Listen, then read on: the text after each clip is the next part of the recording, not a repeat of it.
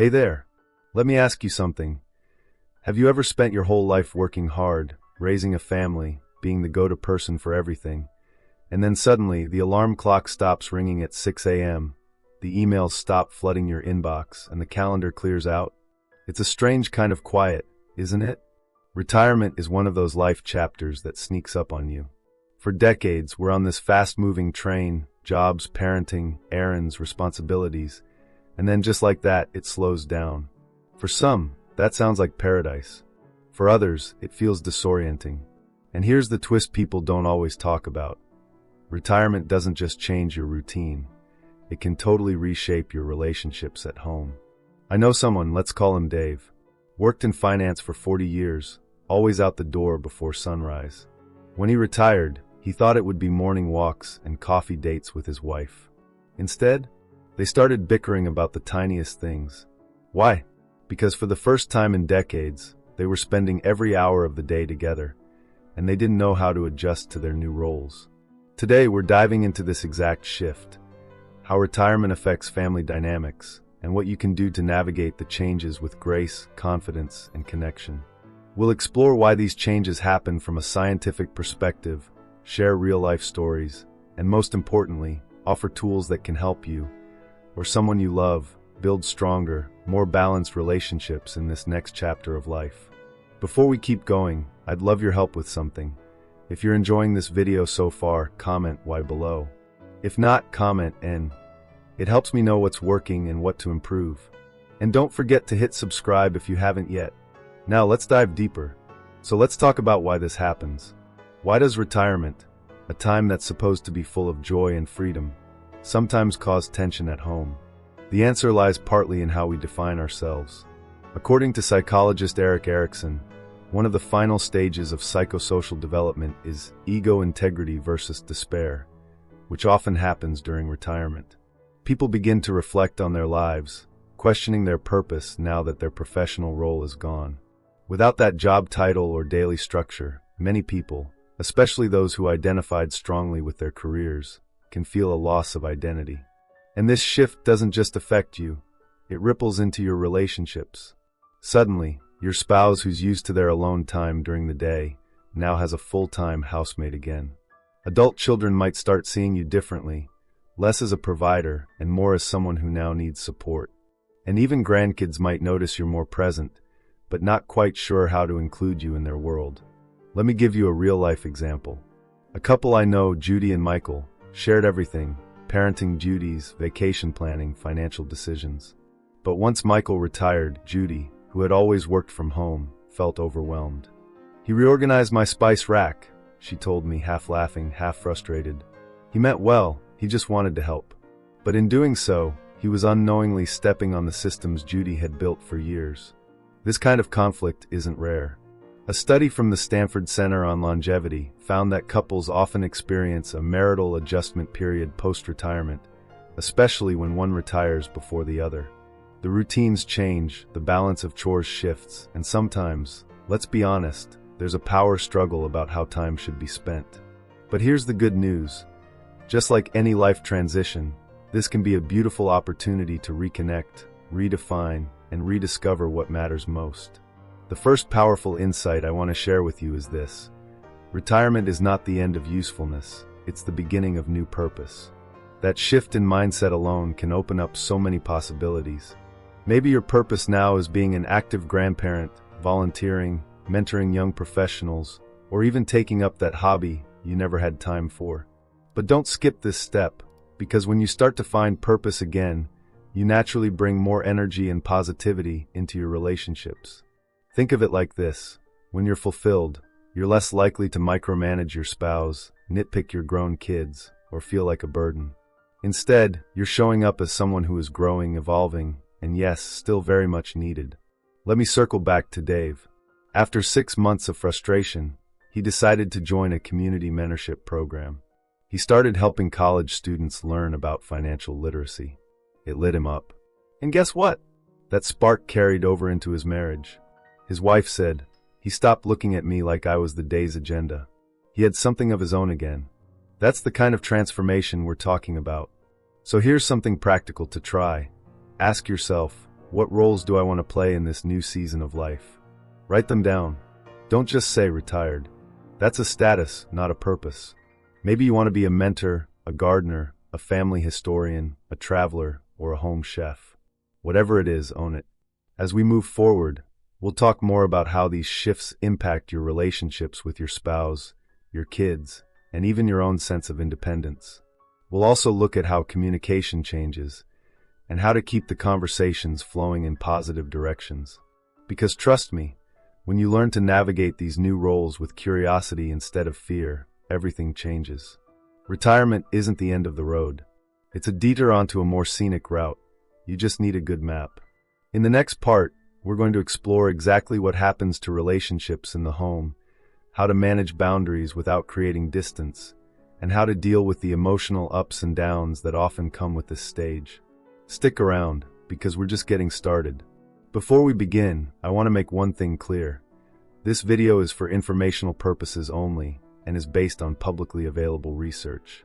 Everyone's health is different, so always consult your doctor or a qualified healthcare provider before making any changes to your lifestyle, diet, or exercise routine. Scientific knowledge is always evolving, and what works for one person may not work for another.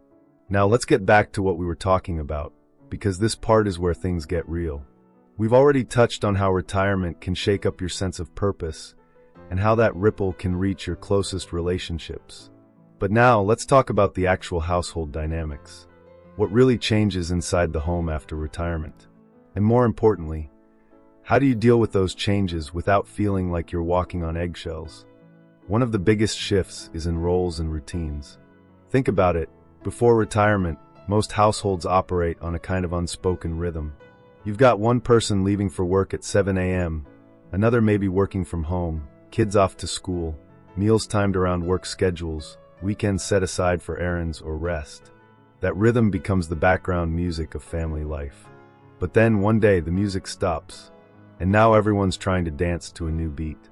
I remember a woman named Anita. She told me her husband, Raj, had just retired after 35 years as an engineer.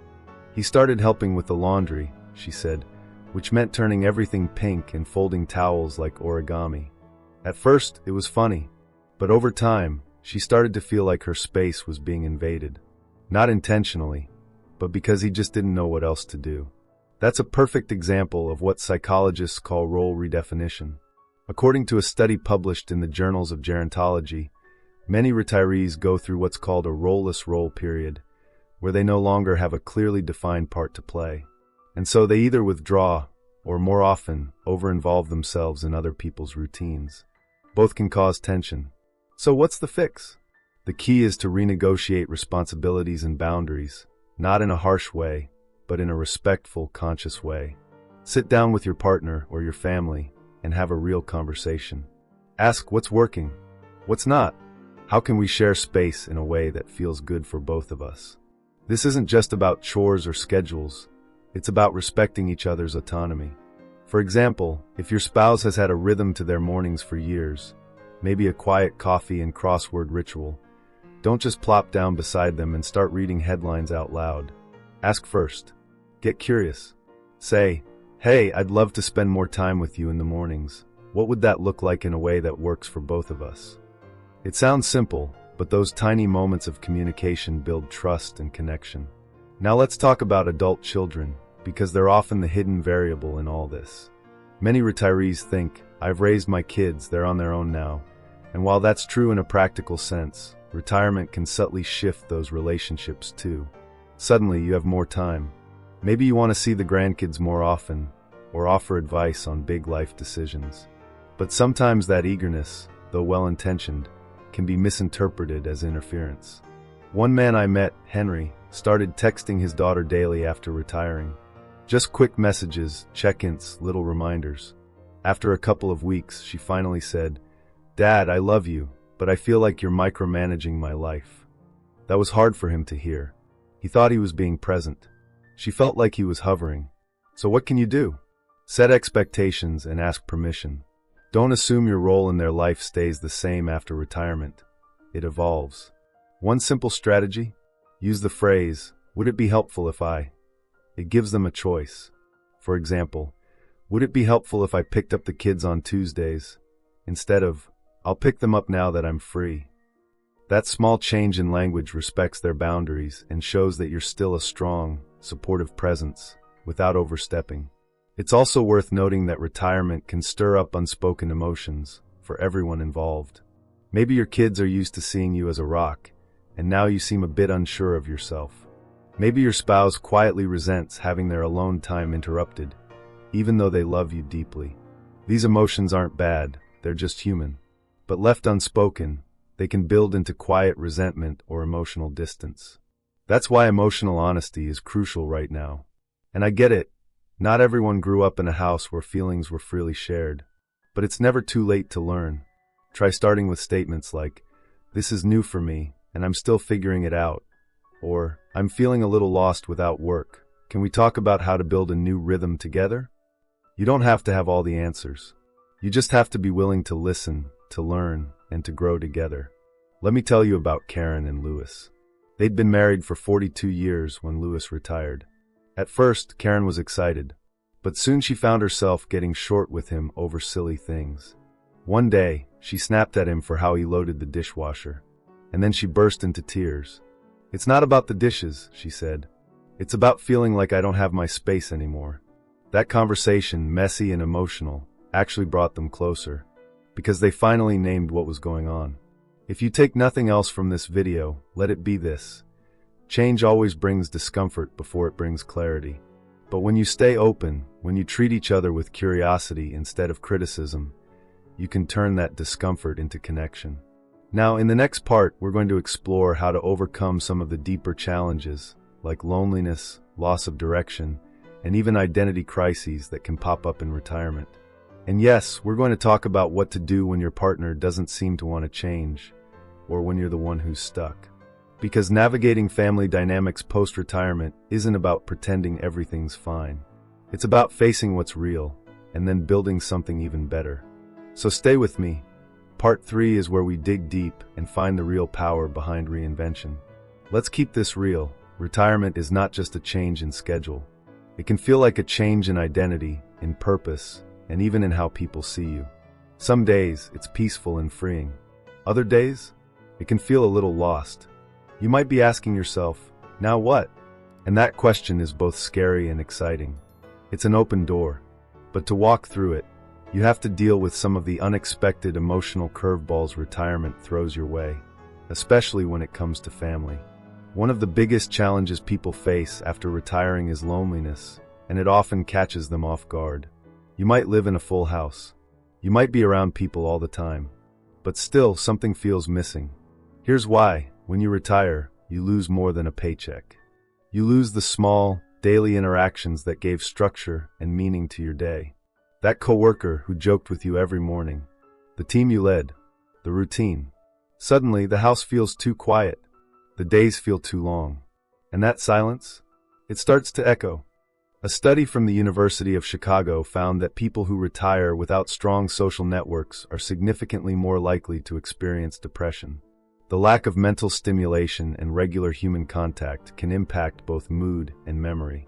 But here's the good news. You have the power to change that. If you're feeling this kind of isolation, it's not a sign of weakness. It's a signal. It's your brain and body telling you that you're ready for new connections. And here's where the family dynamic comes in. Instead of waiting for people to invite you in, take the initiative. Reach out to your kids. Start a weekly dinner. Offer to teach your grandkids a skill you love, woodworking, gardening, baking, anything that says, I still have value. I still have something to give. Even better, find ways to build relationships outside the home too. One man I know, Sam, joined a local community choir after retirement, even though he hadn't sung in 30 years. He said, I showed up for the music, but I stayed for the people. That one step changed everything for him. Now, what if you're feeling not just lonely, but a little invisible? That's another silent struggle many retirees face, especially in families where roles have shifted dramatically. Maybe you were the one who always made decisions, always got things done. And now, it feels like your opinion carries less weight. Your adult kids might check in on you like you're fragile. Your spouse might take the lead in areas you used to handle. And that can sting. But instead of getting defensive, I want to invite you to try something different. Redefine leadership in your family. Just because you're no longer managing a company or raising young kids doesn't mean your wisdom isn't needed. In fact, it's more valuable now than ever. You just have to deliver it differently. You don't have to be loud to lead. You don't have to be in charge to guide. Sometimes leadership looks like listening without interrupting, or asking thoughtful questions, or sharing your story so others can learn from it. There's a term in psychology called generativity. It's the idea that as we age, we find fulfillment not by holding on to control, but by nurturing others. It's mentoring. It's storytelling. It's helping others grow. That shift alone, from authority to legacy, can heal so many family tensions. And speaking of tension, what happens when your partner isn't on the same page? Maybe you've embraced this new phase of life, but your spouse seems stuck, grumpy, disconnected, even depressed. That's more common than you'd think. Retirement affects men and women differently, especially if one partner retired first or feels like they've lost their sense of value. So what can you do? First, don't try to fix them. That usually backfires. Instead, create space for honesty without judgment. Try something like, "I've noticed you seem a little out of sorts lately. How are you feeling about this new chapter?" Sometimes the most healing words you can say are, "I get it. I feel that way too sometimes." Shared vulnerability builds bridges. And if the emotional load gets heavy, don't be afraid to suggest counseling. There's no shame in needing help. Retirement is one of the top 5 life stressors, right up there with losing a loved one or moving across the country. Getting support doesn't mean you're failing. It means you care enough to make it better. Here's one final mindset I want to leave you with today. Aging is not about becoming less. It's about becoming more. More reflective, more intentional, more generous with your time and your heart. I remember a woman named Elena. She told me she felt like she was fading into the background after retirement. Then one day she pulled out her camera. Photography had always been her passion, but she'd never pursued it seriously. Now, she runs a local club, teaches workshops, and her grandkids think she's the coolest person on earth. She told me, "Retirement didn't take my spark, it gave me the freedom to finally use it." And that's what I want for you too. Look, navigating family dynamics after retirement isn't always smooth. There will be misunderstandings. There will be moments when you feel out of sync. But if you keep showing up with curiosity, kindness, and a willingness to evolve, you can create relationships that are richer and more rewarding than ever before. In our final part, we're going to wrap everything up. We'll talk about the key takeaways, small steps you can start right now, and how to build a family life that's rooted in love, respect, and mutual growth, no matter how old you are. So don't go anywhere. The best is yet to come. So here we are. We've traveled together through the emotional ups and downs of retirement, the identity shifts, the changing family roles, the quiet moments that catch you off guard, and the beauty that can emerge when we lean into this new chapter with intention. If you've made it this far, take a breath and give yourself credit. Seriously, just showing up for these conversations means you're open to growth, and that alone sets you apart. Let's take a moment to casually recap what we've covered, because these takeaways aren't just ideas, they're starting points. First, we talked about purpose, how retirement can leave us wondering who we are without our work title or daily responsibilities. But we also saw that purpose doesn't retire, it just changes shape. Whether it's mentoring, creativity, volunteering, or simply being more present with your family, there are countless ways to rediscover your why. Then we explored shifting roles, how retirement reshuffles routines at home and in relationships. From the dishes to deeper dynamics, we learned the importance of open communication, clear boundaries, mutual respect, and the courage to say, "I'm figuring this out too." We also faced some tough stuff like loneliness, identity struggles, and that feeling of being in the way instead of in demand. But we flipped the script. We saw that those emotions are natural, and more importantly, they're signals pointing us toward connection, contribution, and community. And through all of it, one theme kept rising to the surface. Retirement is not the end of your story. It's the beginning of a new chapter. Now, what can you actually do with all this? Let me give you a few small, powerful steps you can start today. 1. Start one honest conversation with a loved one. Ask, How are we adjusting to this change together? Listen more than you speak. You'll be surprised what you learn. 2. Reclaim a passion you put aside during your working years. Painting, gardening, fixing up old bikes, whatever lights you up. Your joy is not a luxury, it's a gift to everyone around you. 3. Create a rhythm to your days. Not rigid, but reliable. Wake up with a purpose, even if it's just a walk, a journal entry, or checking in on a neighbor. Structure brings peace. 4. Offer your experience. Whether it's through volunteering, mentoring, or just being the one your grandkids know they can ask, how did you handle this? Your story matters. 5. And finally, check in with yourself. Regularly. Ask, am I showing up the way I want to in my family? Am I making space for joy? For rest? For connection? That self-awareness is your compass. Here's something beautiful to keep in mind. According to a Harvard study that tracked adults for over 80 years, the single biggest predictor of happiness and health in later life wasn't money, status, or even physical fitness. It was the quality of their relationships. That's right. The warmth of your connections, your ability to give and receive love, to be seen and understood, matters more than almost anything else. And retirement gives you more time to invest in exactly that. You don't have to do it perfectly. You just have to do it with heart. One woman, Susan, once told me she thought retirement would feel like a slow fade. Instead, it felt like a bright light coming on in a different room of the house. I realized, she said, that I had been living in one part of myself for so long, and now I had permission to explore the rest. That's what I want for you. Not just to survive this transition, but to truly flourish in it. So what now? Now you take a deep breath and step forward, not backward. With curiosity, with courage, with the understanding that your family doesn't need you to be perfect, they just need you to be present.